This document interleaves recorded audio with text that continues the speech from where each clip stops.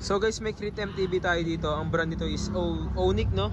Onic. So ang size ng frame niya is 27.5. Yung fork 26, yung wheel set is 27.5.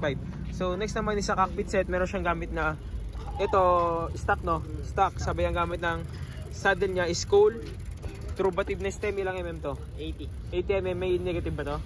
Meron, hindi ko na alam. 80. So siguro mga negative 7 or negative 17 yan. So yung handlebar niya is stock rin nung Onic. So next naman is sa drivetrain setup nito. Meron siyang gamit na crankset na IXF sabay chainring na 42 teeth DCD na chainring. So meron siyang gamit na 1142. Ilang speed to? 10 speed. 10 speed 1142 na meron gamit na L2A7RD. So sa wheelset naman ito, meron siyang gamit na Sagmit rim, Sagmit Evo 3 yung rim, tapos ang gamit niya sa Rayos is Ragusa, ang gamit niyang hubs is Speed 1 Soldier. So yung rotors niya is stock, sa harap stock din, ang gamit niyang preno is Shimano MT200. Ayan, Shimano MT200 yung gamit niyang brake set. Then meron siyang gamit na Promen fork na size 26. So ganyan na lang pala kalaking clearance sa size 27.5 na wheelset. So pasok pa. Ang size ng gulong ito is Maxi Space 27.5 by 2.10. So sound check ng Speed 1 Soldier, pre.